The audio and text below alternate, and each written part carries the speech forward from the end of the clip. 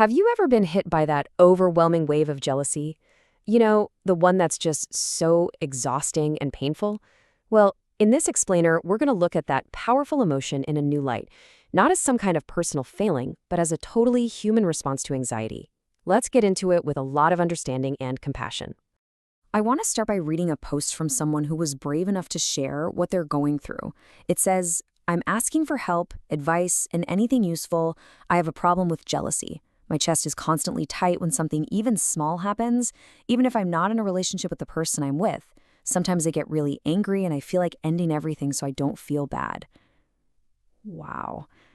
If any part of that sounds familiar, I just really want you to hear this. You are so not alone in feeling this way. And that really brings us to the absolute core of what we're talking about. The sheer intensity of what you're feeling, that's not a flaw in your character. Not at all. Think of it as a huge signal flare going off in your body, telling you that some really deep-seated fears, usually about loss and rejection, are getting poked. Just understanding that can change everything. Okay, so let's dig into that a little deeper. What is actually happening inside your body? I mean, why does an emotional trigger cause such a huge physical reaction? Well, the answer is actually wired deep inside our ancient survival systems. You know that tightness in your chest? That is a very real, very physical event. It's not just in your head. It's your nervous system kicking into what we call the fight or flight response. Your brain has spotted a threat. Maybe it's the threat of being abandoned or feeling like you're not good enough, and it just floods your body with stress hormones, like you're face to face with a lion. Your body doesn't know the difference. It just screams, danger. Right, so jealousy is really just the tip of the iceberg. What's hiding underneath the water are all these deeper fears. The fear of being replaced, that gut-wrenching feeling of not being enough, or just a desperate need to feel secure and in control. And sometimes, a situation today can basically hit a button that reactivates an old wound from a time you were betrayed or abandoned. That's why this feeling can be so incredibly powerful, even if you're not officially in a relationship. And right in the middle of that emotional storm, a thought like this one can pop into your head. And you know what? It can feel like the only thing that makes sense. It's a really powerful protective instinct. Your brain is essentially trying to get ahead of the pain it thinks is coming by taking control and ending things on your own terms. And this is so important to understand. That urge to just end everything, it's usually not about truly wanting to leave. It's about an overwhelming, desperate desire for the pain to stop. The anxiety gets so big, so unbearable, that breaking things off feels like the only way to make it go away. It's a survival strategy, plain and simple. So, knowing all that, what can we actually do when that wave of panic and jealousy hits?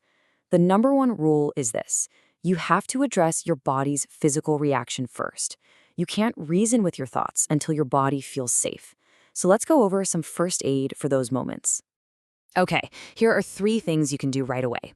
First, just breathe, but specifically try to make your exhale longer than your inhale, like in for 4, hold for 2, out for 6.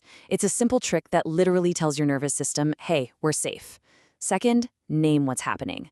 Say it out loud or in your head. This is anxiety. It is a feeling, not a fact. Just naming it gives you a little bit of distance.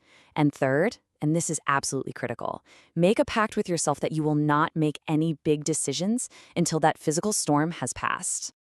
All right, so once that immediate crisis is over and you're feeling a bit calmer, that's when we can start to do some of the deeper work. This is all about shifting from just reacting in the moment to getting really curious and aware of what's going on inside. And here's the big question to ask yourself. Not when you're upset, but later, when you're calm. I want you to gently ask yourself, what am I truly afraid of right now? Try to look past the jealousy itself. Is it a fear of being alone? A fear that you're not lovable? Whatever comes up, just be kind to yourself. You know, something that can be a real game changer is writing this stuff down.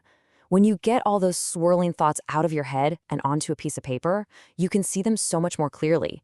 It can really help you figure out if your reaction is about what's happening right now, or if it's actually an old pain from your past just getting triggered again. Now, if you're in a position to talk to the other person about this, using a script like this can be incredibly helpful. See how it uses I statements? It's all about your internal experience. You're not blaming them, you're just explaining what's happening for you and asking for what you need. This invites them to connect with you instead of getting defensive. And finally, maybe the most important thing of all, let's talk about getting support. Seriously, trying to navigate these deep, scary fears is not something anyone should have to do by themselves. Reaching out for help is a huge act of self-care. It's a sign of strength. Working with a trained professional can give you a safe space and the right tools to really unpack these complex issues. Whether you're dealing with anxiety, those intense feelings of jealousy, or maybe an insecure attachment style, getting that kind of focused support can be absolutely life-changing. So let's end on this thought. Asking for help isn't an admission that you failed or that you can't cope. It's just a recognition that you're human. It's you declaring that you deserve support and that you don't have to carry this heavy weight all by yourself. So, what's one small, kind step you can take for yourself today?